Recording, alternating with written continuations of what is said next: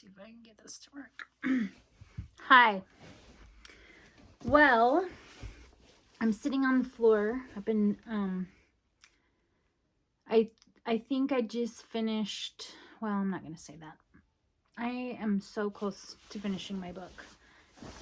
And it has just brought up a lot of feelings and a lot of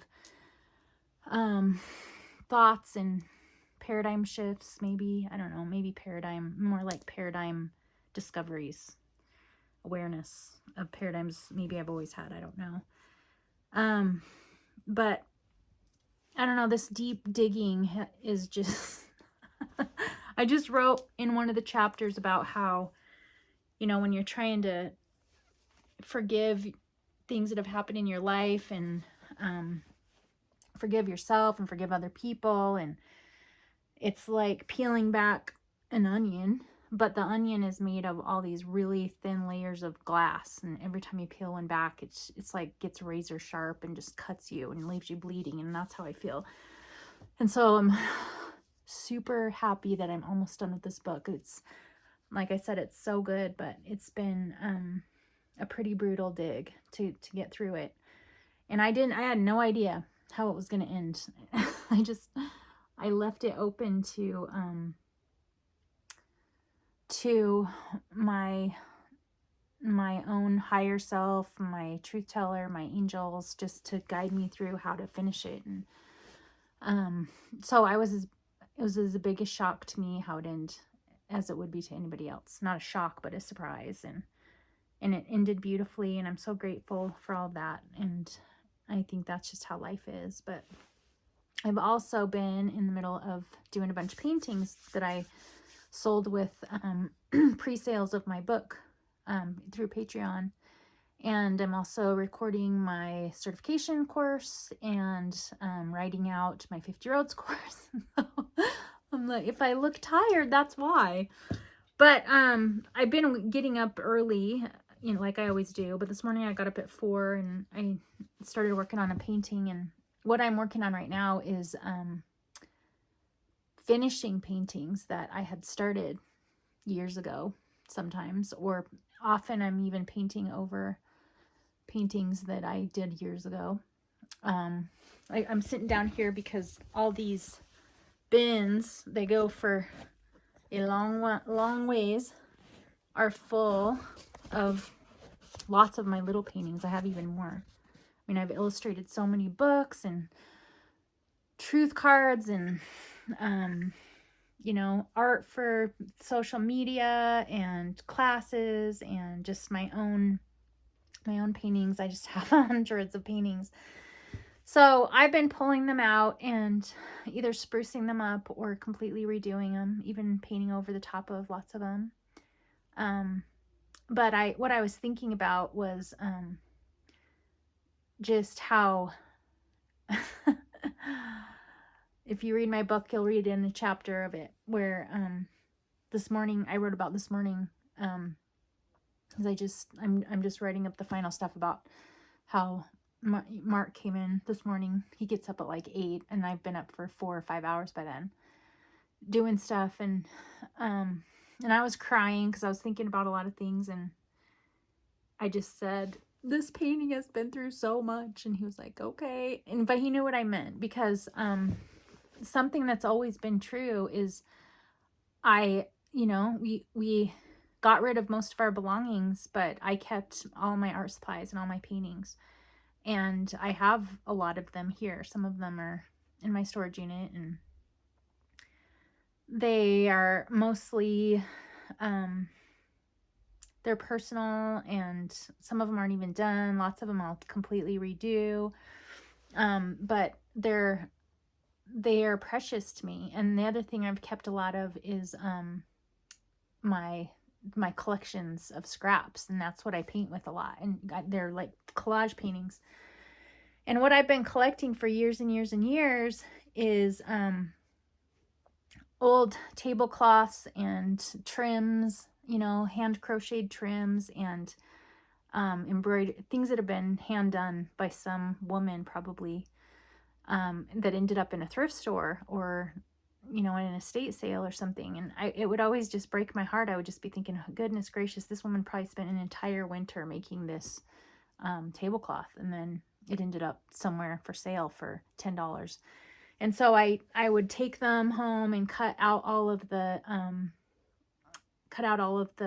embroidery, and then I have it all sorted, and I have vintage sari trims from India for the same thing. You know, people throw away their saris, but all the trims are still intact. And so there's sellers on eBay that will sell, you know, vintage sari trims, and same thing, just beautiful embroidery and all of this kind of stuff. And that's what I put into my paintings. And I was just thinking about how it becomes this collaborative artwork between another artist and who I value their work, and all of this excavating to find my work again and to find myself again, and mixing it with other women probably that did, you know, this beautiful work, probably for their own healing and their own self, you know, for their own adornment, you know, their own beauty, the beauty of their own home and things like that. And so it just feels really special and precious when I'm making things, because I'm doing it with other things that have already been handmade and just incorporating it into my work. And so I've got, you know, like, I'll show you guys this whole stack, all of that. That's what that is. Sorted out scraps of paper and all sorts of stuff, paper and fabric and all sorts of things that I use. And I mean, even here, there's old, you know, handmade lace and all that kind of stuff. But when there's just this pattern of, you know, I guess you can say it's a pattern of, sorry guys, I should get a proper, I actually do have a couple of tripods I could be using, but sometimes I just decide to do this. These patterns of preserving the things that mean the most to me. And so what I still own right now from my old life is pictures of my children, journals, pictures of our family, you know, journals, and my art supplies and Mark's tools. After Mark's brain injury, when we had our beautiful farmhouse that we had restored and everything, and we had to move out of it because of the things that happened after his brain injury. The only thing, again, what had happened is we left all of his tools there and at our farm. That was the last thing we were going to move. This was over Thanksgiving weekend. When this happened, what I'm going to tell you about.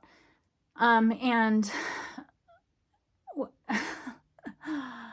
I'm just trying to figure out, like, what does all of this mean? Maybe it doesn't mean anything. It means something to me, but maybe it doesn't mean anything. But we went back to get his tools and everything, because if he has his tools and I have my art supplies, then we're fine.